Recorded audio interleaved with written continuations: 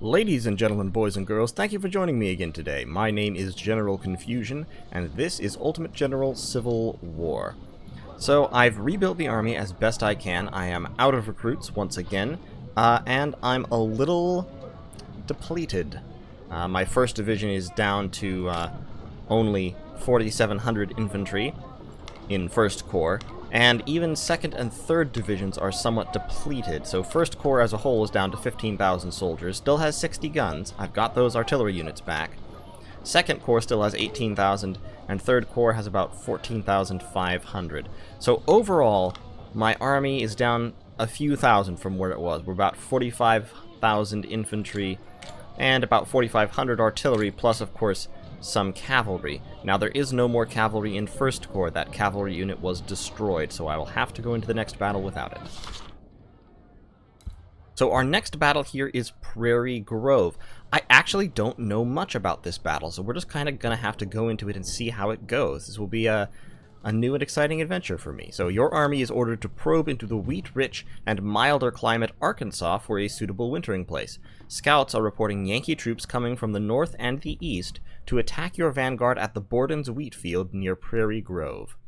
Victory will give us 3,500 recruits. Recruits are what I'm really hurting for now. So I want to win this battle with as few casualties as possible. And we will see how well I can do that. My record is not fantastic, but it's looking like, okay, it looks like I have a pretty decent defensive position. So we are going to deploy, we can have up to 12 brigades.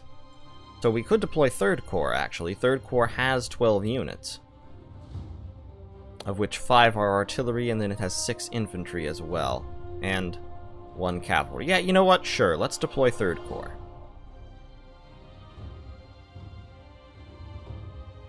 So, your vanguard is attacked at the Borden's wheat field. There is no time to withdraw, so you must prepare yourself to defend your position. Okay, so what are my objectives? Yeah, hold Borden fields. So I have to hold the field. Okay. There's fences I might be able to get behind. Alternatively, I might let them push while I'm in the woods and then counterattack. So let me put up, let's get 3rd Division up front, those 2 units. Then we'll have 2nd Division over here, and 1st Division over here with Leisure up front. Colquitt, Newell. Durrell's cavalry can be over here on the flank. That'll be fine. That's 3rd Division up front, right? Yeah, then 1st Division. We'll put 3rd Division with their artillery up here. And here's good old General Lee. Alright, let's start the battle, and let's see what's what. Ah, yes, we have defensive positions. So first, deploy skirmishers, and then you run up to there. You also deploy skirmishers. You can run up to there. Otis. Nope. All these units actually can move up in that direction. 1st Division can move up over here into the woods. I feel like that would be useful. Hines' skirmishers and Branch's skirmishers can move forward. What I'm hoping is to hold this objective basically by fire. I don't want the enemy... I don't want to try to, you know, stand my ground and try to actually hold them while I'm standing in the wheat fields. I'm hoping that, well, 72% cover. That'll be slightly more cover than the fields themselves. Oh, the fields actually don't count as cover. Well, what I might be able to do... I'll tell you what. I might actually be able to hole up a unit in these woods. Over there. Let's get Branch over that direction. We'll put Leisure on those defenses.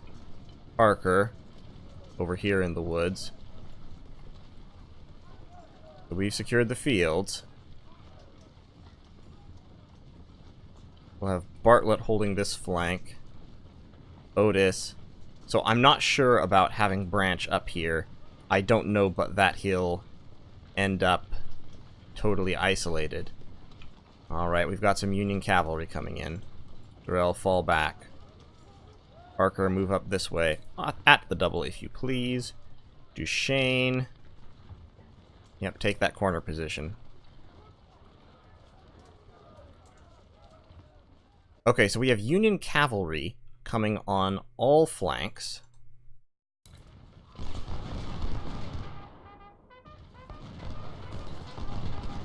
And it looks like Stewart is just charging in. That's nuts.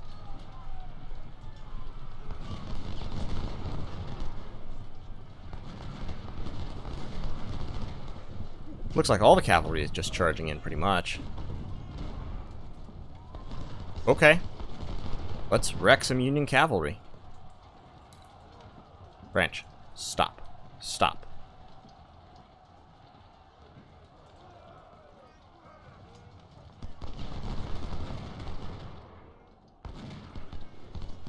Because once again, my objective here is to win this battle with as few casualties as humanly possible.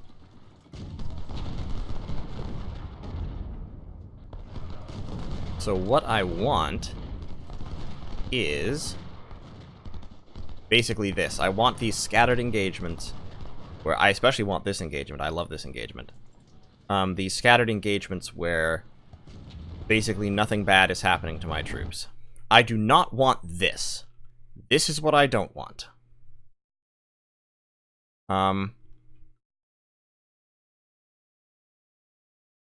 Okay, so what I'm going to do is I'm going to pull back into the woods. And I'll even pull Hines back if I have to, because it looks like the Union troops are mostly focused on flanking me. So if they want to flank me, if they want to try to flank, that's fine. I'll just be in the woods. They've got troops coming down this way. Here I have Hines and skirmishers that can go up into those woods. Bartlett. That's right. Just shoot Stewart. But keep falling back before Bartram gets in range. Okay, Parker. Get back up here on the flank. Go.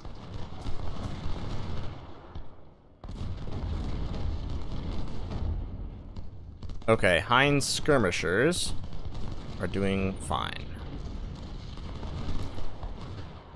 Hold your ground, Branch. And your skirmishers. Oh, shoot at Solomon. Here comes another enemy unit. Lovely. Okay. We do have to guard the flank here, so you run up to that. Actually, no. No. Just hold the woods. Come on, Colquitt. Come on, Newell.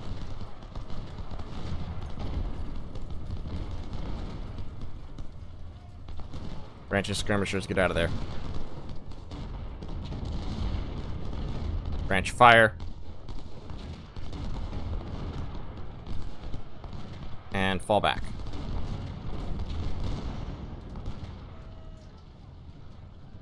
Suck him into a killing ground. Suck him into a killing ground right there.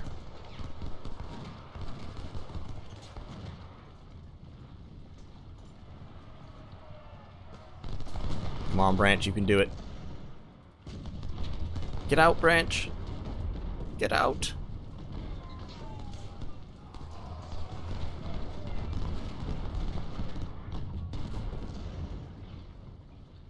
Okay, those Union troops haven't tried to flank around this way, have they? Don't think so.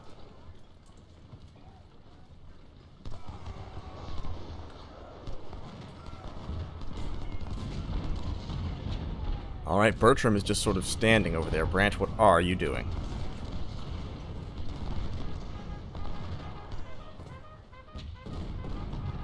Wow, these cavalry, they just keep doing this charging in thing. Branch, stop it!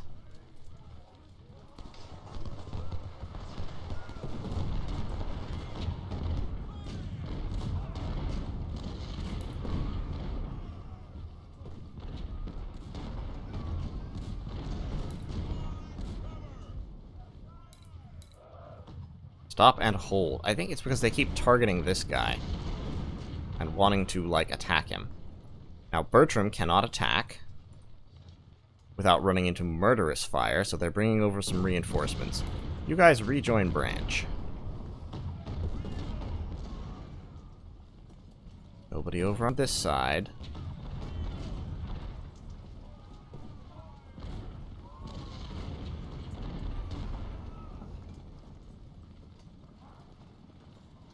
Casualties so far, 1.5%. So only a few hundred.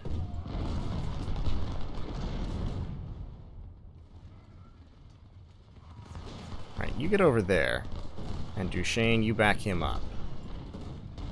Durrell's taking some shots. That's fine. Here comes Cloud. Launching an attack on Hines.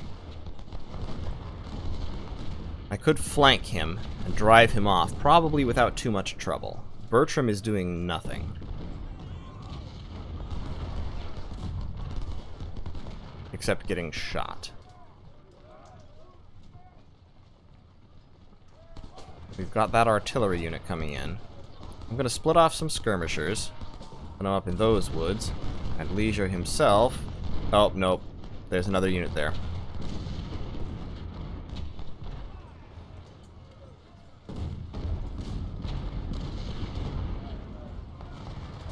We're just going to stand on the defensive. If they're not going to push, then they can't take that. And therefore, they're not really a problem.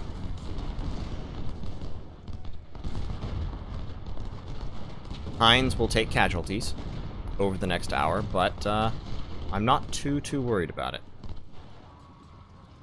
Parker is in very good, has very good protection.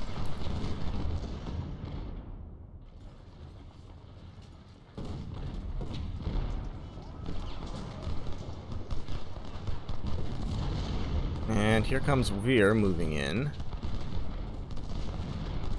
Branch and Moore are taking some casualties. That's bad.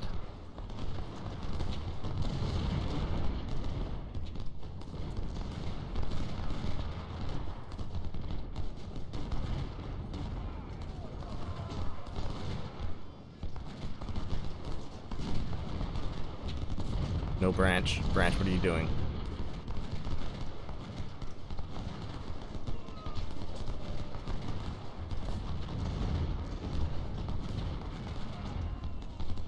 Alright.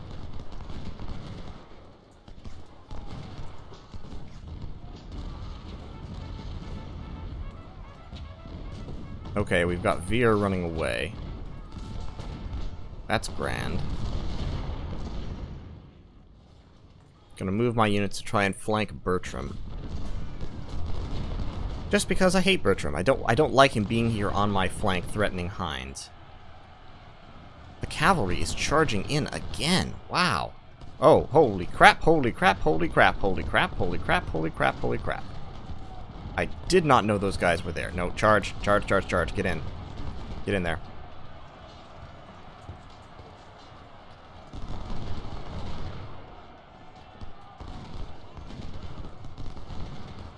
Durrell, get over here.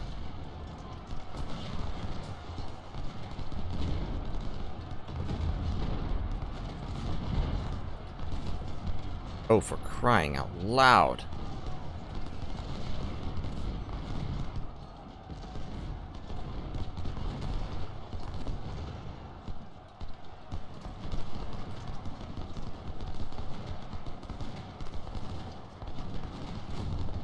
I had no idea that this was about to happen.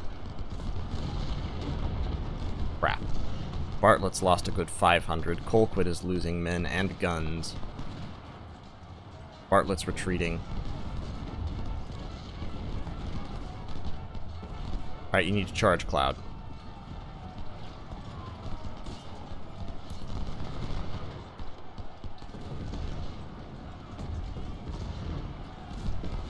Actually, you need to be held in reserve. Cloud is retreating, that's fine. Otis, get forward.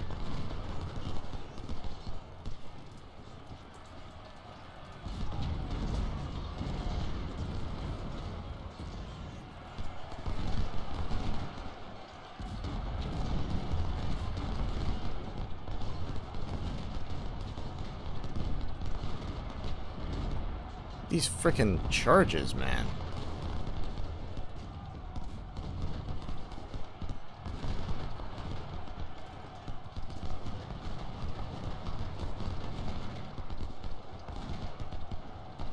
They are serious about their melee combat.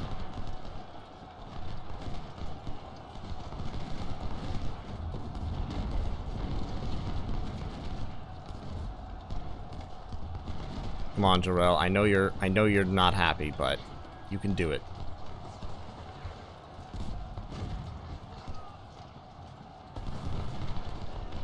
Okay, we've routed the attack on our right flank. But, okay, we're rapidly approaching the 1,500 casualties mark. We're still gonna be doing okay.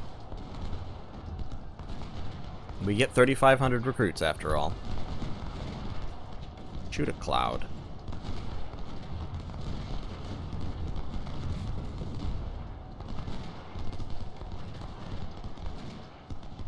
Alright, you need to start laying down fire on him.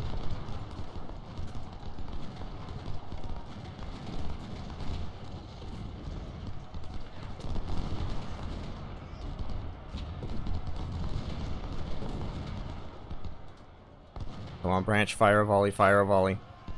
Get off a volley before they get to you. Do it. You can do it.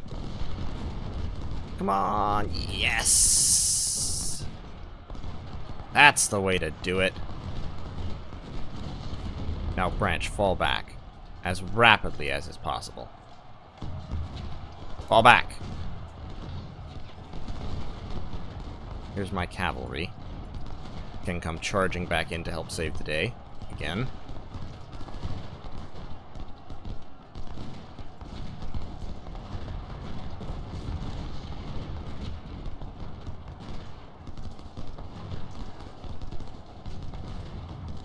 We just need to hold for another 25 minutes.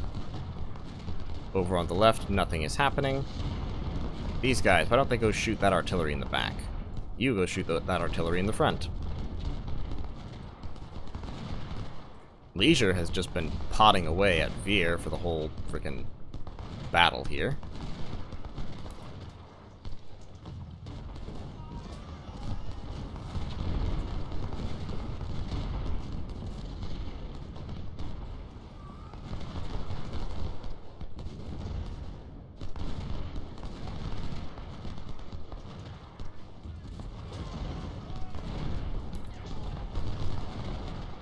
Those skirmishers are just going to die.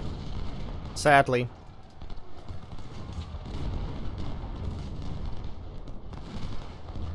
Archer has 476 kills, mostly from murdering cavalry.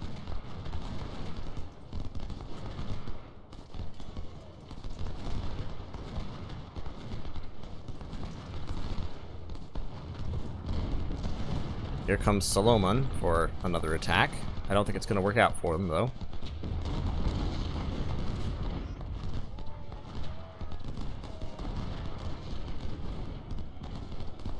Branch is getting some shots in. Cloud is coming in for another charge, but artillery is going to break that charge. Artillery and possibly cavalry action if necessary. Nope, not necessary.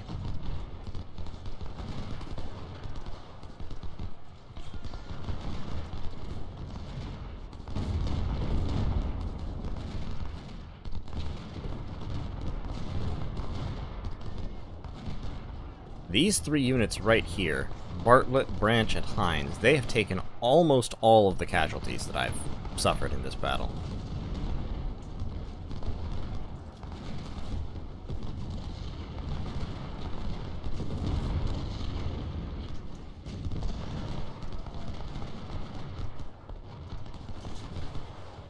Overall, I would call this a pretty successful engagement.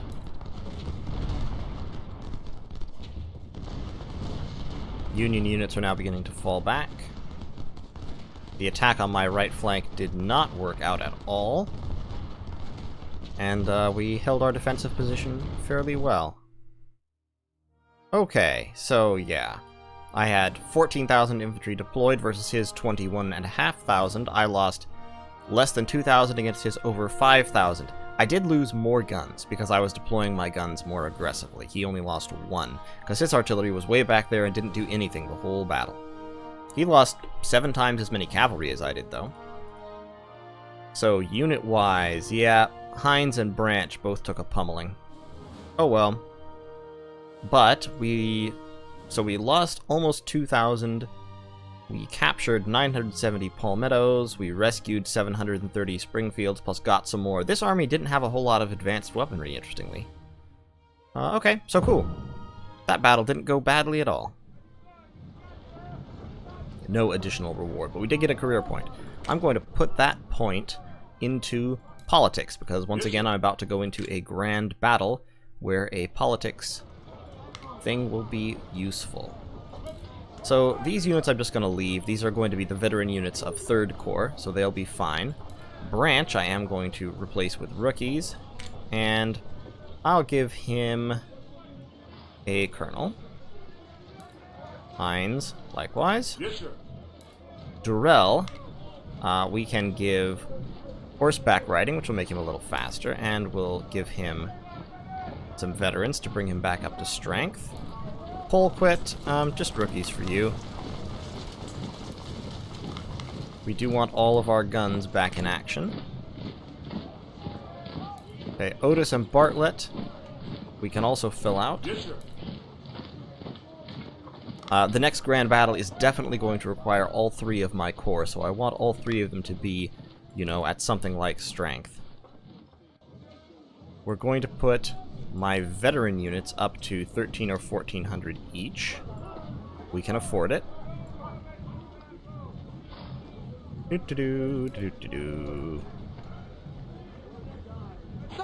And then I have 943 recruits left, which I will use. My 1st Corps, all of my 1st Corps units are pretty good at this point. Statham is the worst, and even he is not bad at all. I am going to equip him with the Springfield 1855s, because I have a bunch of them not being used as of yet. So let's give Carlin a few rookies. I want to keep that 2nd skill. I'm watching that bar very closely. And then veterans.